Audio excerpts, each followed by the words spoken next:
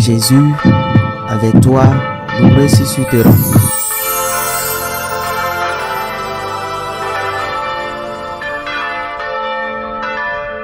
Le Seigneur soit avec vous. Et avec votre esprit. Évangile de Jésus-Christ selon Saint Jean. Gloire à toi, Seigneur. En ce temps-là, il y avait un homme, un pharisien nommé Nicodème. C'était un notable parmi les Juifs. Il vint trouver Jésus pendant la nuit. Il lui dit, « Rabbi, nous le savons, c'est de la part de Dieu que tu es venu, comme un maître qui enseigne, car personne ne peut accomplir les signes que toi tu accomplis, si Dieu n'est pas avec lui. » Jésus lui répondit, « Amen, amen, je te le dis. À moins de naître d'en haut, on ne peut voir le royaume de Dieu. » Nicodème lui répliqua, « Comment un homme peut-il naître quand il est vieux? Peut-il entrer une deuxième fois dans le sein de sa mère et renaître? » Jésus répondit, « Amen, amen, je te le dis.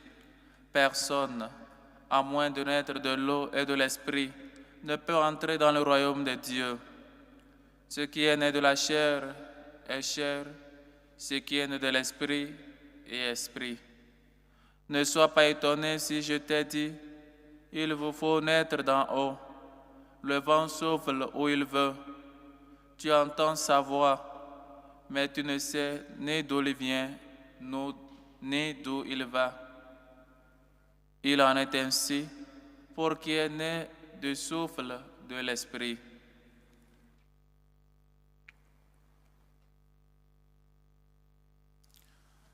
Acclamons la parole de Dieu. Louange à toi, Seigneur Jésus.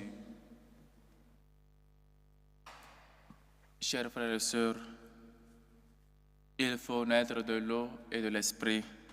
Il faut donc naître d'en haut. Oui, cherchons et ayons cette naissance-là de naître d'en haut. Si vous êtes ressuscité dans le Christ, avec le Christ, cherchez les réalités d'en haut. C'est là qu'est le Christ, assis à la droite de Dieu.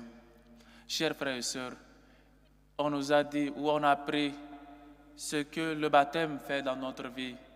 Le baptême, non seulement nous lave du péché originel, mais il nous fait entrer dans la famille des fils de Dieu. Il nous ouvre à prendre part et à participer activement dans l'Église. Et le baptême, quand le baptême nous fait fils de Dieu, il nous envoie à une mission d'être prophète, d'être roi et d'être prêtre. Le baptême nous donne ces grands dons, ces trois grands dons, d'être d'abord prophète, annoncer de la part de Dieu, annoncer qu'on est fils de Dieu, annoncer par nos actes, par nos paroles, par nos comportements, par peut-être ce courage-là d'évangéliser, de parler et d'aller de la part de Dieu et annoncer l'évangile. Oui, il est question de naître de l'eau et de l'esprit. Chers frères et sœurs, prenons au sérieux notre baptême. Le baptême, ce n'est pas seulement une fête physique, une fête pour que les gens sachent que tu es baptisé et c'est fini.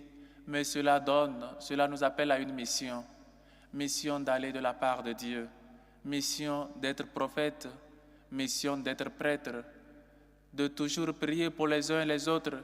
D'offrir des sacrifices, pas les sacrifices des animaux, mais sacrifices de toujours présenter les uns et les autres devant l'autel du Seigneur.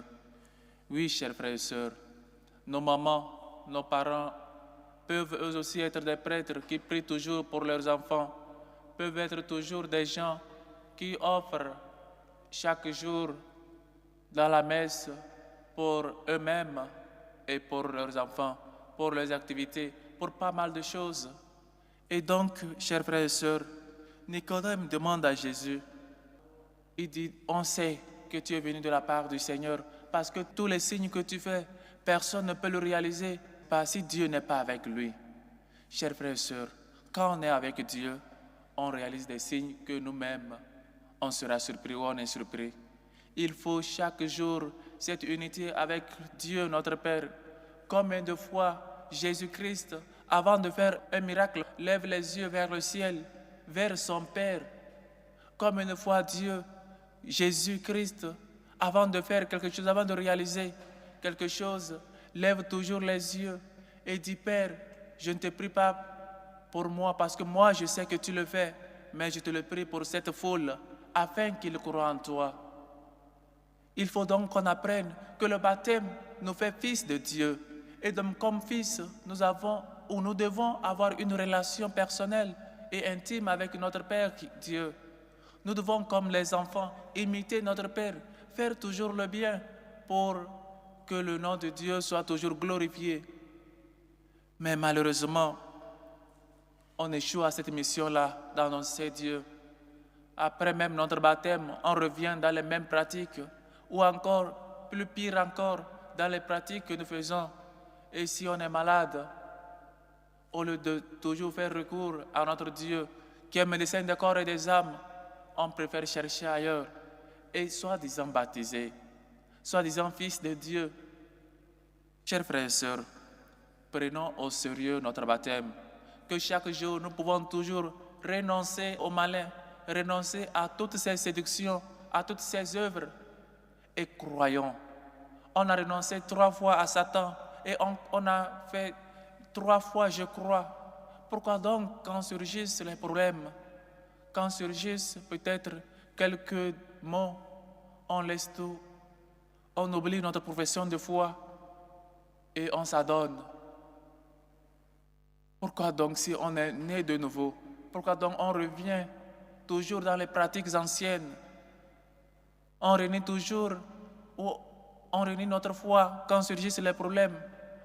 On ne se reconnaît plus. Chers frères et sœurs, combien de personnes, ou comment identifier les chrétiens sur la route si ce n'est pas seulement que le dimanche? C'est seulement le dimanche qu'on nous voit bien vêtus. Mais pourquoi dans la société, dans les activités, dans les entreprises, dans les ateliers, on ne reconnaît pas qui est chrétien? On ne reconnaît pas qui vraiment a été baptisé? On ne reconnaît pas qui vraiment est catholique? Pourquoi on a si honte de se manifester? Pourquoi, si nous, on est nés de nouveau? Il y a pas mal de chansons qu'on chante. Oui, je suis né de nouveau. On est de nouveau, mais les pratiques sont toujours anciennes. Le Seigneur nous lave toujours de nos péchés, de nos souillures, mais on revient toujours dans les pratiques anciennes. Quel papa ne se fâchera pas si le jour de Nouvel An, il habille bien son fils et le fils va s'asseoir dans la poussière, dans le sable et il se salit? Quelle maman ne va pas s'énerver? Dieu nous lave de nos péchés, il nous habille en blanc et après on s'assoit dans le sable, on revient dans la poussière, on revient dans les pratiques anciennes, on revient dans les sacrifices des animaux. Il faut naître vraiment de nouveau. Il faut vraiment qu'on sache quel baptême nous a purifiés, quel sang a été versé pour nous. Il faut, chers frères et sœurs, qu'on prenne au sérieux notre baptême, qu'on prenne au sérieux notre condition de fils de Dieu, des prophètes, des rois, des prêtres. Oui, qui n'est pas né de nouveau ne peut pas hériter le royaume des cieux. Il faut donc, si on est né déjà de nouveau, il faut donc qu'on cherche Dieu qui demeure dans les cieux. Il faut donc qu'on sache se revestir du Christ par nos œuvres, qu'on sache vraiment qu'on est chrétien, qu'on sache qu'on a connu le Christ. Que Dieu lui-même nous aide à toujours nous rappeler de notre naissance, à toujours nous rappeler de notre baptême. Quel baptême nous a lavés? Qu'on sache toujours que son sang très précieux nous a purifiés, nous a lavés de nos fautes, a payé ce que nous devions nous-mêmes payer. Lui après avoir, lui qui a été condamné injustement pour nos fautes, pour nos péchés, pour nous laver, il est venu pour nous pécheurs, afin qu'on puisse toujours se réconcilier avec Dieu, notre Père, qu'on sache qu'après le baptême, après être lavés de nos péchés, de nos souillures, que nous puissions toujours continuer dans cette vie de sainteté, qu'on cherche d'abord Dieu qui vit dans les cieux. Chers frères et sœurs, que le Seigneur nous aide à toujours nous rappeler de notre baptême, à toujours nous rappeler des promesses que nous avons faites, à toujours nous rappeler de combien de fois nous avons renié Satan et toutes ses œuvres, et combien nous avons dit, oui, je crois en Dieu, notre Père. Que le Seigneur nous aide et que sa miséricorde nous réconforte. Loué soit Jésus-Christ. À jamais. Amen.